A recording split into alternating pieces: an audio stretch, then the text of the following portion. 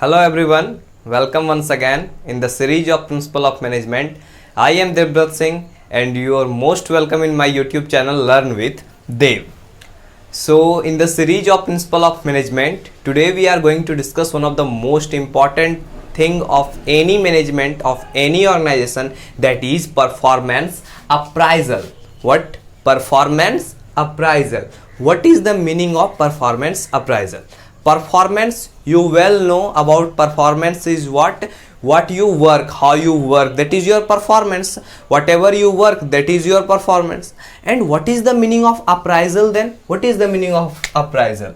Appraisal means you do something, means you have done some work.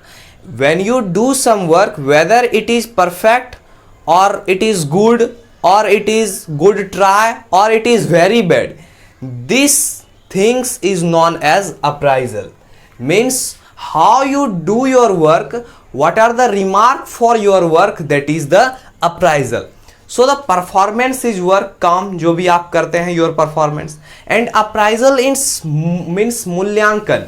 आपके कामों का मूल्यांकन करना ही क्या कहलाता है? Performance appraisal. तो किसी भी ऑर्गेनाइजेशन में अब कितना ये इंपॉर्टेंट हो गया कि इसी एक बड़े से ऑर्गेनाइजेशन में 1000 पीपल्स हैं, 1000 एम्प्लॉयज़ हैं, उसमें कुछ मैनेजर्स हैं, कुछ सुपरवाइजर्स हैं, कुछ फ्रंट लाइन वर्कर हैं, कुछ ऑपरेटर्स हैं, इस तरह के ढेर सारे लोग होते हैं. उन सारे लोगों के परफॉर्मेंस का अप्राइजल करना बहुत ही ज़्यादा इंपॉर्टेंट है. तभी तो ये पता चल पाएंगे कि वो किस लेवल पर स्टैंड करते हैं. तो इसलिए परफॉर्मेंस अप्राइजल एक मोस्ट इंपॉर्टेंट सेक्शन बन के आता है. तो आज हम लोग समझने वाले हैं कि परफॉर्मेंस अप्राइजल क्या है. हमने परफॉर्मेंस अप्राइजल वर्ड का मतलब समझ लिया कि परफॉर्मेंस अप्राइजल किसे कहते किसे हैं. तो चलिए अब देखते हैं कि परफॉर्मेंस अप्राइजल को मैनेजमेंट में कैसे देखा जाता है, कैसे समझा जाता है. सबसे पहले तो मैं आप लोगों को ये बता दूं कि परफॉर्मेंस अप्राइजल सबसे ओल्डेस्ट मेथड है किसी भी ऑर्गेनाइजेशन में जो एम्प्लॉयज़ हैं उनके स्ट्रेंथ को मेजर करने के लिए. Right, it is the oldest and the most important method of any organisation to evaluate the employees strength and weaknesses. ये दुनिया का सबसे पुराना और सबसे इंपॉर्टेंट तरीका है किसी भी ऑर्गेनाइजेशन के एम्प्लॉय के स्ट्रेंथ एंड वीकनेसेस को पता करने के लिए. राइट, ये तो परफॉर्मेंस अप्राइजल को लेकर बात थी. अब हम लोग एक्चुअल में समझेंगे कि what is the definition of performance appraisal. So let us see the what is the definition of performance appraisal. It refers to all formal procedure. It refers to all formal procedure. Performance appraisal के अंदर वो सारे तरीके आते हैं, procedures, वो सारे तरीके यूज्ड इन ऑर्गेनाइजेशन, जिस उन सारे तरीकों का किसी भी ऑर्गेनाइजेशन में यूज करते हैं. किस लिए? टू इवेल्युएट मीन्स नापने के लिए, नाप तौल करने के लिए. टू इवेल्युएट द पर्सनालिटीज, उनकी क्या पर्सनालिटी है एम्प्लॉयज की, कंट्रीब्यूशन, वो कितना कंट्रीब्यूट करते हैं ऑर्गेनाइजेशन में, and the potential of the member, उनमें कितनी कैपेबिलिटी है, क्या पोटेंशियल है उनके. इन सारे चीजों को जो इवेल्युएट करने का तरीका है, दैट इज परफॉर्मेंस अप्राइजल. अब ये इवेल्युएशन किसका होगा? Obviously the member of the organisation. Obviously जो इवेल्युएशन हम लोग करेंगे उन किन का इवोल्यूशन करेंगे? जो भी ऑर्गेनाइजेशन में मेंबर है उनका इवोल्यूशन करेंगे.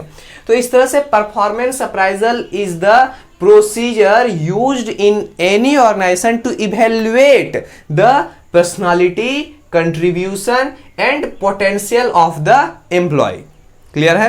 डेफिनेशन समझ में आया कि परफॉर्मेंस अप्राइजल एक तरीका है जिसका कि यूज किया जाता है किसी भी ऑर्गेनाइजेशन के एम्प्लॉयज के पर्सनालिटी, उनके कंट्रीब्यूशन और उनके पोटेंशियल को नापने के लिए.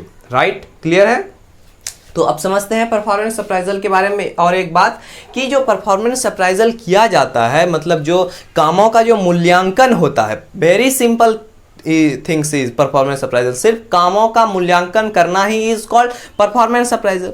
तो परफॉर्मेंस अप्राइजल में जो पुराने टाइम में जो किया जाता था वो किया जाता था किस पर, मेरिट रेटिंग पर। भी मैं बताऊंगा कि मेरिट रेटिंग क्या है। चलिए पहले ये समझते हैं कि अभी के मॉडर्न टाइम में जो परफॉर्मेंस अप्राइजल होता है, या फिर आप अगर किसी अपने ऑर्गेनाइजेशन को बिल्डअप किए हुए हैं और उसमें अगर परफॉर्मेंस अप्राइजल को इंप्लीमेंट करना चाहते हैं, तो उसमें आपका इम्फेसिस, आपका फोकस कहां पर होना चाहिए, इम्फेसिस ऑन एम्प्लॉइज परफॉर्मेंस। आपके ऑर्गेनाइजेशन में जितने भी एम्प्लॉय वर्क कर रहे हैं उनके परफॉर्मेंस पर आपको एम्फेसाइज करना है, ध्यान देना है। इंस्टीड ऑफ, इसके बदले, के बदले किस पे, मेरिट रेटिंग। मेरिट रेटिंग के बदले आपको अपने ऑर्गेनाइजेशन के एम्प्लॉइज के परफॉर्मेंस पर ज्यादा फोकस करना है जब आप क्या कर रहे हो, परफॉर्मेंस अप्राइजल कर रहे हो। तो यहां पर ये तो पता चल गया कि एम्प्लॉइज परफॉर्मेंस क्या है, एम्प्लॉय किस तरह से काम करता है, कितना काम कर पाता है, कितना कंट्रीब्यूट कर पाता है, कितना हेल्प कर पाता है ऑर्गेनाइजेशन को, that is called performance. Performance तो क्लियर है। व्हाट इज मेरिट रेटिंग, क्या कहे हम लोग, मेरिट रेटिंग के बदले, instead of merit rating we focus on employees performance. तो मेरिट रेटिंग आखिर क्या है, देखिए एक बार जब ऑर्गेनाइजेशन एक बिल्डअप होता है तो उसमें सबको पता है कि सबसे पहले नीचे सबसे जो बॉटम लेवल पे होते हैं वो फॉरमैन होते हैं, ऑपरेटर्स होते हैं जो काम करते हैं, वहाँ मशीनरी चलाते हैं। उनके ऊपर सुपरवाइजर जो उनको सुपरवाइज करते हैं, देन उनके ऊपर फर्स्ट लाइन मैनेजर, देन उसके ऊपर मिडिल लेवल मैनेजर, देन फिर टॉप लेवल मैनेजर, राइट। ये तो हायरार्की हो गया ऑर्गेनाइजेशन में। तो इस हायरार्की में जब परफॉर्मेंस अप्राइजल करने जाएं तो मेरिट को नहीं देखें कि कौन किस पोस्ट पर है, इट डजंट मैटर कि कौन टॉप लेवल मैनेजर है, कौन मिडिल लेवल मैनेजर है, कौन सुपरवाइजर है, कौन फर्स्ट लाइन मैनेजर है, कौन वर्कर है, इससे मतलब नहीं। हर एक एम्प्लॉय किस तरह से काम कर रहा है, कितना काम कर पाया, दैट इज कंट्रीब्यूशन, कितना कंट्रीब्यूट कर रहा है, कितना अमाउंट ऑफ प्रॉफिट दे पा रहा है ऑर्गेनाइजेशन को, उसकी परफॉर्मेंस क्या है एम्प्लॉय की, that is the most important thing about appraisal. मूल्यांकन कामों का होना चाहिए, उनके पद का मूल्यांकन नहीं होना चाहिए कि कोई कितने बड़े पद पर है तो मीन्स वो सबसे बेस्ट है। नो, कौन कितना वर्क कर पा रहा है, इससे पता चलेगा कि वो कितना बेस्ट है, राइट। तो इसलिए जब परफॉर्मेंस अप्राइजल हो, कामों का मूल्यांकन हो, तो उसमें परफॉर्मेंस को देखें, वर्क को देखें कि वो कितना कंट्रीब्यूशन किया, क्या पोटेंशियल है उसके अंदर, ओवर टाइम कर रहा है कि ओवर टाइम नहीं कर रहा है, इन सारे बातों को ध्यान में रखना है, ना कि मेरिट रेटिंग कि वो किस पोस्ट पर है। पोस्ट के बेसिस पर परफॉर्मेंस अप्राइजल ना करके हमें परफॉर्मेंस के बेसिस पर, वर्क के बेसिस पर परफॉर्मेंस अप्राइजल करना है। यहां तक क्लियर हो गया कि व्हाट इज परफॉर्मेंस अप्राइजल। अब हम लोग देखते हैं कि मैंने आपको पहले भी बता रखा है कि किसी भी चीज को पढ़ने से पहले उसका इंट्रो जान लें, उस इंट्रो के बाद उसको डिटेल में जानने से पहले उसका पर्पस जान लें कि why we have to know the performance appraisal method. हमें परफॉर्मेंस अप्राइजल के तरीके को क्यों जानना है, इसका सबसे पहले हमें पर्पस, फायदा क्या है, क्या क्यों करें, क्यों इसे। तो अगर आपको पर्पस किसी काम का पता होगा तो आप उसे बड़े ही कंसंट्रेशन के साथ करेंगे, राइट। तो you must have to know the purpose of performance appraisal. तो purpose of appraisal is the first purpose is basis for placement. Means what, performance appraisal help in developing और knowing the employees for the placement. Means what, कि performance appraisal क्या करता है कि ये एक तरीका हो जाता है, it becomes the basis for, it becomes the basis for what, basis for placement, it becomes the basis for job change।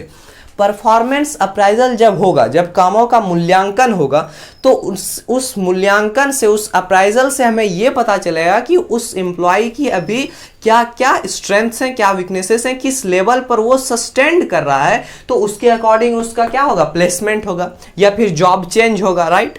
तो इस तरह से ये परफॉर्मेंस अप्राइजल एक बेसिस होता है प्लेसमेंट के लिए और जॉब चेंज के लिए। तो पहला पर्पस क्या हो गया, प्लेसमेंट के लिए परफॉर्मेंस अप्राइजल बहुत जरूरी है। फर्स्ट पर्पस कि अगर आपको प्लेसमेंट करना है तो आपको परफॉर्मेंस अप्राइजल करना पड़ेगा। आप किसी की सिर्फ शक्ल देख के तो उसको जो है कि किसी अच्छे पोस्ट पर नहीं दे देंगे, उसके कामों को अप्राइज करके, अप्राइजल होने के बाद, मूल्यांकन होने के बाद ही आप उससे जो है कि हायर लेवल पर पोस्ट करेंगे। तो इसलिए प्लेसमेंट के लिए भी क्या है, performance appraisal is the most important thing. Next one is requirement of training. अब देखिए, आपके ऑर्गेनाइजेशन में जितने भी एम्प्लॉयज वर्क कर रहे हैं उन सारे एम्प्लॉयज को के वर्क को आइडेंटिफाई आपको करना पड़ेगा। आपको पहले ये पता लगाना पड़ेगा कि एम्प्लॉयज की स्ट्रेंथ कहाँ कहाँ है, एम्प्लॉयज की किस पॉइंट पर जाके वीकनेसेस हैं। तो जब आपको ये पता चल जाएगा कि किस एम्प्लॉयज की स्ट्रेंथ क्या है, किस एम्प्लॉय की वीकनेसेस क्या है, तो जब आपको वीकनेसेस किसी एम्प्लॉय की पता चलेगी तभी तो आप उसे भेज पाएंगे ट्रेनिंग के लिए। तो ट्रेनिंग की रिक्वायरमेंट किस एम्प्लॉय को है, रिक्वायरमेंट ऑफ ट्रेनिंग, ये भी किससे पता चलेगा, परफॉर्मेंस अप्राइजल से। आप जब तक मूल्यांकन नहीं करेंगे किसी के कामों का, आप कैसे बोल सकते हैं कि इसे ट्रेनिंग की जरूरत है या फिर इसे ट्रेनिंग की जरूरत नहीं है। तो इसलिए किसी भी एम्प्लॉयज को ट्रेनिंग की जरूरत है या नहीं है, ये आप पता कर पाएंगे परफॉर्मेंस अप्राइजल को करने के बाद। आप उनके कामों का मूल्यांकन करेंगे तभी आप ये पता कर पाएंगे कि इसे जो है कि रिक्वायरमेंट है कि नहीं ट्रेनिंग के, right. And the third one purpose of appraisal is feedback to the employee. It also give the feedback to the employee कि जो एम्प्लॉय उस ऑर्गेनाइजेशन में काम कर रहा है उसे time to time regular basis पर फीडबैक मिलते रहता है कि हम कितना अच्छा वर्क कर रहे हैं, how well I work.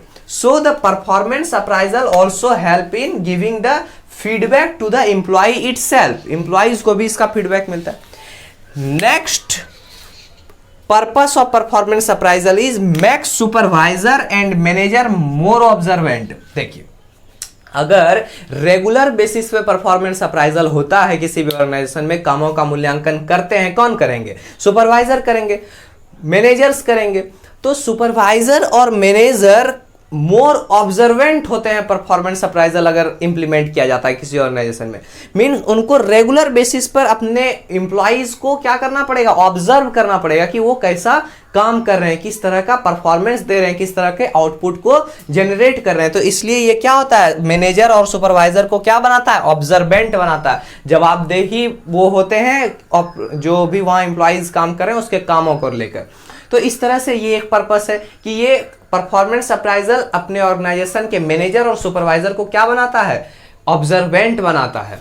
Next one is last but not the least purpose, that is help in determining reward and privilege.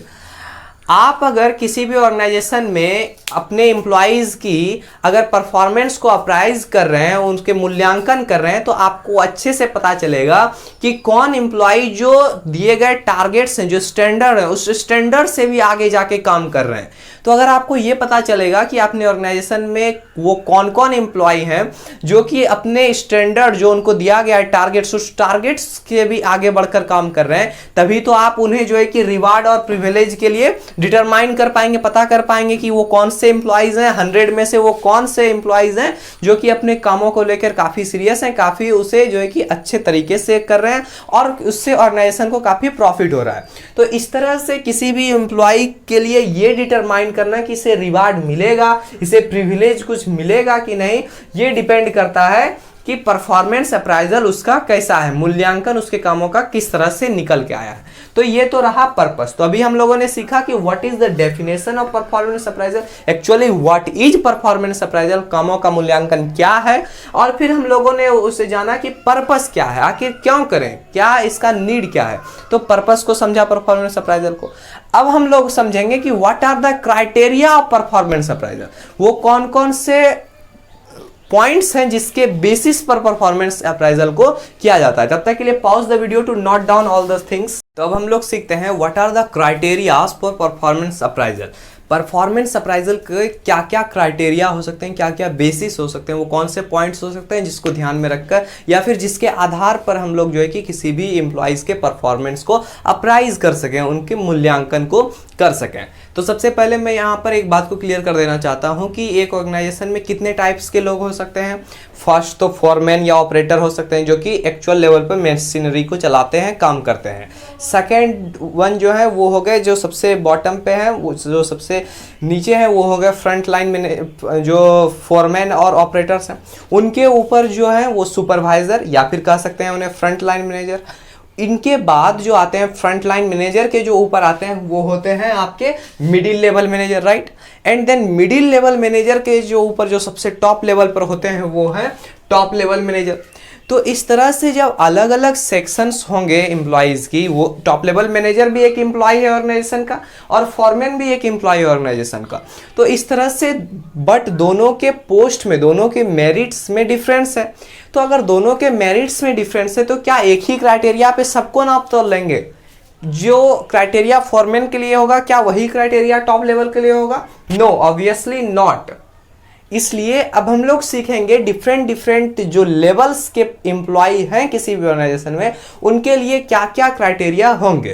तो let's start with the very beginning, that is foreman और operator of the organisation. तो foreman और operators के बारे में अब हम लोग जो है कि सीखते हैं। तो फॉरमैन और ऑपरेटर्स के लिए क्या क्राइटेरिया होंगे परफॉर्मेंस को अप्राइजल के लिए? Okay, so let's start.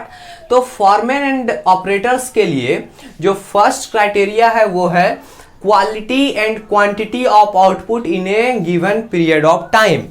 Foreman को जो एक स्टैंडर्ड दिया जाता है, स्टैंडर्ड का मतलब क्या होता है ऑर्गेनाइजेशन में? I hope you all know that. Standard means आपको एक काम का जो है कि लाइन बता दिया गया है कि आपको एक दिन में, अगर आप प्रोडक्शन सेक्टर में तो आपको एक दिन में 10 पीसेस, 20 पीसेस, 30 पीसेस बनानी है। तो जो ये 10 है, किसी को 20 मिला है, किसी को 30 मिला है, तो यही 10 पीस, 20 पीस, 30 पीस क्या है? एक स्टैंडर्ड है। ये अलग अलग एम्प्लॉय के लिए अलग अलग हो सकता है। तो इसलिए आपको कितनी क्वांटिटी और किस क्वालिटी की आउटपुट आप दे रहे हैं एक गिवन पीरियड में, ये आपका एक क्राइटेरिया हो गया, ये एक आधार हो गया आपके कामों के मूल्यांकन का। आप कितनी स्टैंडर्ड को फॉलो कर रहे हैं, स्टैंडर्ड के हिसाब से आप परफॉर्मेंस दे पा रहे हैं कि नहीं। तो that is the quantity and quality of output in a period. आप किस तरह की क्वालिटी और कितनी क्वांटिटी में जो है कि आउटपुट दे पा रहे हैं, ये फर्स्ट क्राइटेरिया, फर्स्ट आधार हो गया आपके मूल्यांकन का। Second, length of service. आप कितने टाइम तक एक ऑर्गेनाइजेशन में बने हुए हैं, that is also the criteria of what? Criteria of performance appraisal. अब कोई कहेगा कि लेंथ ऑफ सर्विस से कैसे पता चलेगा कि क्या क्राइटेरिया है? कोई 1 साल काम किया, कोई 10 साल काम किया, कोई 20 साल किसी ऑर्गेनाइजेशन में काम किया, तो इससे क्या फर्क पड़ेगा उसके काम पर? काम तो वो जो उसको काम मिला है वही करेगा, चाहे वो 1 साल के लिए है या फिर 10 साल के लिए, काम तो उसको वही करना है फॉरमैन को। नो, यहां पर डिफरेंस है। कैसे डिफरेंस है कि अगर आप लेंथ ऑफ सर्विस, जिस तरह से length of service is directly proportional to the loyalty, means आपकी जितनी लंबी सर्विस होगी किसी ऑर्गेनाइजेशन में, आप उतने ही ज्यादा लॉयल होंगे उस ऑर्गेनाइजेशन के प्रति, आप उतने ही ज्यादा रिस्पॉन्सिबल होंगे उस ऑर्गेनाइजेशन के प्रति। तो ये एक दूसरी क्राइटेरिया होगी, इस आधार पे भी आपका मूल्यांकन किया जाएगा। Third one is amount of training required. आपको कितनी ट्रेनिंग की रिक्वायरमेंट होती है टाइम टाइम पे, that is also the criteria. Next one is the rating by supervisor. अब आपके कामों को कौन रेट कर रहे हैं, सुपरवाइजर या फ्रंट लाइन मैनेजर? तो फ्रंट लाइन मैनेजर और सुपरवाइजर जब आपके कामों को रेट कर रहे होंगे तो वो क्या रेटिंग देते हैं, वो भी एक क्राइटेरिया हो जाता है आपके लिए।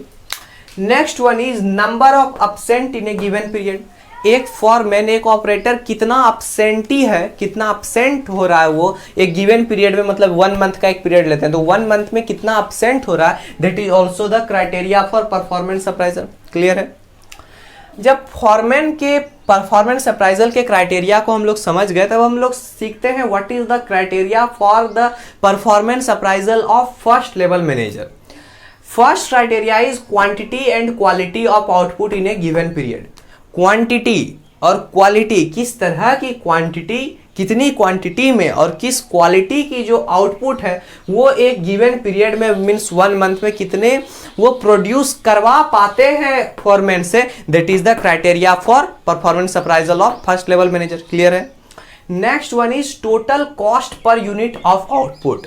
अब जो फॉरमैन वर्क कर रहे हैं, इस वर्क करने में एक यूनिट बनाने में वो टोटल कॉस्ट कितना लग रहा है, मीन्स कितना लगा रहे हैं फर्स्ट लेवल मैनेजर इनके कामों में, that is also the criteria for performance appraisal. Third one is absenteeism rate, कि फर्स्ट लेवल मैनेजर कितनी एब्सेंट कर रहे हैं, इस पर भी उनके परफॉर्मेंस का अप्राइजल किया जाता है। Next one is number of accidents या फिर लॉस कर सकते हैं, कि कितने पीसेस जब बन रहे थे प्रोडक्शन में तो कितने पीसेस डैमेज हो गए, कितने एक्सीडेंट्स, कितने लॉस हुए, that is also the criteria. ज्यादा लॉस होगा मतलब आपका जो परफॉर्मेंस है वो काफी वीक है, काफी आप जो पुअर तरीके से काम कर रहे हैं। Next one is number of accident के बाद टर्नओवर रेट, कितना आप टर्नओवर जनरेट कर पा रहे हैं, that is also the criteria for your performance appraisal, कि कितना आप फायदा पहुंचा पा रहे हैं ऑर्गेनाइजेशन को, that is also a performance appraisal criteria. अब हम लोग सीखते हैं कि मिडिल लेवल मैनेजर के परफॉर्मेंस अप्राइजल के क्या क्या क्राइटेरिया है। मिडिल लेवल मैनेजर के जो फर्स्ट क्राइटेरिया है quantity and quality of output in a given period. इसमें भी मिडिल लेवल मैनेजर भी फर्स्ट लेवल मैनेजर या सुपरवाइजर से ये एक्सपेक्ट करते हैं कि आप इस क्वांटिटी में इस क्वालिटी के प्रोडक्ट को जनरेट करवा दें। तो कितना क्वालिटी और क्वांटिटी का प्रोडक्ट जनरेट करवा पा रहे हैं middle level manager, that is the criteria for him. Next one is total cost per unit of output. अब ये कितना टोटल कॉस्ट स्पेंड कर रहे हैं एक प्रोडक्ट पे, that is the criteria for him. Next one is coordination among employee. Middle level manager कौन होते हैं? ब्रांच मैनेजर होते हैं। तो एक ब्रांच जैसे प्रोडक्शन ब्रांच है, सेल्स ब्रांच है, तो sales department, production department, financial department, IT department, तो हर एक डिपार्टमेंट के लिए अलग अलग जो मैनेजर होते हैं उन्हीं को मिडिल लेवल मैनेजर कहते हैं। तो मिडिल लेवल मैनेजर के अंदर बहुत सारे एम्प्लॉय होंगे, 10-20 हर एक डिपार्टमेंट में एम्प्लॉय होंगे। तो उन एम्प्लॉय के बीच में ये किस तरह का कोऑर्डिनेशन करवा के रख पा रहे हैं, that is the criteria for the performance appraisal of middle level manager. Right, clear है? Next one is extend to which front line manager regard themselves as manager. Middle level manager को first level के जो manager होते हैं वो किस हद तक उन्हें रिगार्ड करते हैं, किस हद तक उन्हें रिस्पेक्ट देते हैं, किस हद तक उनकी बातों को मानते हैं, that is also the important criteria for performance appraisal of middle level manager. Right, next one is extent of upward communication of ideas. ये जो है middle level manager first level manager के साथ किस हद तक जो है कि कम्युनिकेशन, बातचीत करते हैं आइडियाज पर, मतलब कि किस तरह से कामों को किया जाए, क्या क्या इसमें इंप्रूवमेंट किया जा सकता है। तो किस तरह की बातचीत होती है फर्स्ट लेवल मैनेजर और मिडिल लेवल मैनेजर के बीच में, किस तरह का कोऑर्डिनेशन है इनके बीच में, तो कम्युनिकेशन का किस तरह से कोऑर्डिनेशन है, इन सारी बातों को भी एक क्राइटेरिया के आधार पर देखा जाता है। अब हम लोग फाइनली सीखने वाले हैं टॉप लेवल मैनेजर्स के क्राइटेरिया ऑफ परफॉर्मेंस अप्राइजल। तो टॉप लेवल मैनेजर जो होते हैं इनका सबसे मोस्ट इंपॉर्टेंट रोल हो जाता है ऑर्गेनाइजेशन में, तो इनके क्राइटेरिया को सीखते हैं। फर्स्ट क्राइटेरिया जो इनके परफॉर्मेंस अप्राइजल के लिए वो है return on capital employed.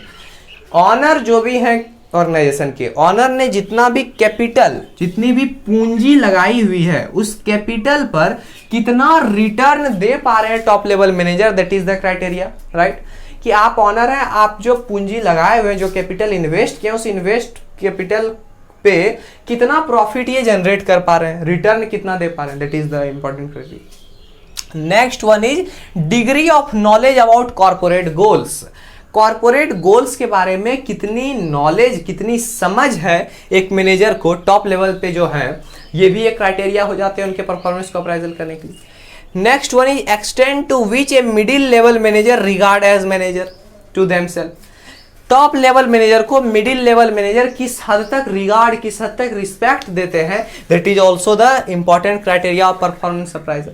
Means आपकी किस तरह की बॉन्डिंग है एम्प्लॉइज के बीच में, मिडिल लेवल मैनेजर्स के बीच में, ये भी आपकी एक क्राइटेरिया हो सकती है परफॉर्मेंस अप्राइजल के लिए, आपके कामों के मूल्यांकन के लिए। परफॉर्मेंस अप्राइजल मीन्स कामों का मूल्यांकन। Next one is extend to which upward communication of ideas, informations, queries from middle level manager. किस हद तक ये बातचीत के द्वारा आइडियाज, विचारों का, इंफॉर्मेशन एंड क्वेरीज, पूछताछ करते हैं अपने मिडिल लेवल मैनेजर से किसी भी काम को लेकर, यह भी एक क्राइटेरिया हो सकता है। Next, last but not the least, the most important criteria for performance appraisal of top level manager is the contribution to the socio cultural values.